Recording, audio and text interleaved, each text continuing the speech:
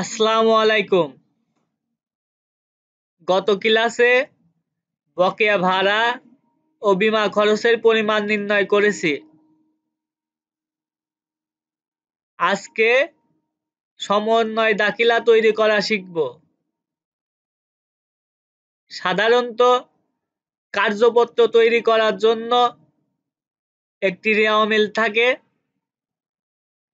এবং রেওয়া মিলের নিচে অন্যান্য তথ্যাবলী সমন্বয় দাখিলা জাবেদা করতে হয়।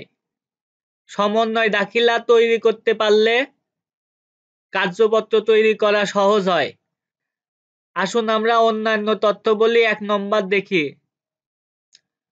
২০১২ সালের ১ জানুয়ারি ২ বছরের জন্য অগ্রিম বীমা প্রদত্ত হয়েছে।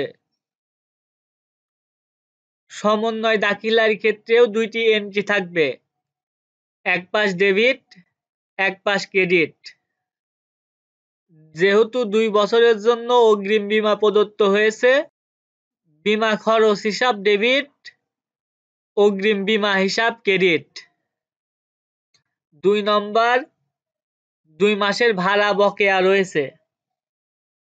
যেহেতু ২ মাসের ভাড়া বকেয়া রয়েছে, ভাড়া খরচ হিসাব ডেবিট, প্রদেয় ভাড়া হিসাব বা বকেয়া ভাড়া হিসাব ক্রেডিট। ৩ নম্বর, আসবাবপত্রের 10% অবচয় ধরতে হবে। অবচয় হিসাব আসবাবপত্র ডেবিট, পুঞ্জীভূত অবচয় আসবাবপত্র ক্রেডিট। ৪ নম্বর, অনুপার্জিত সেবা আয়ের ৬,০০০ টাকা সেবা আয়ের মধ্যে অন্তর্ভুক্ত আছে।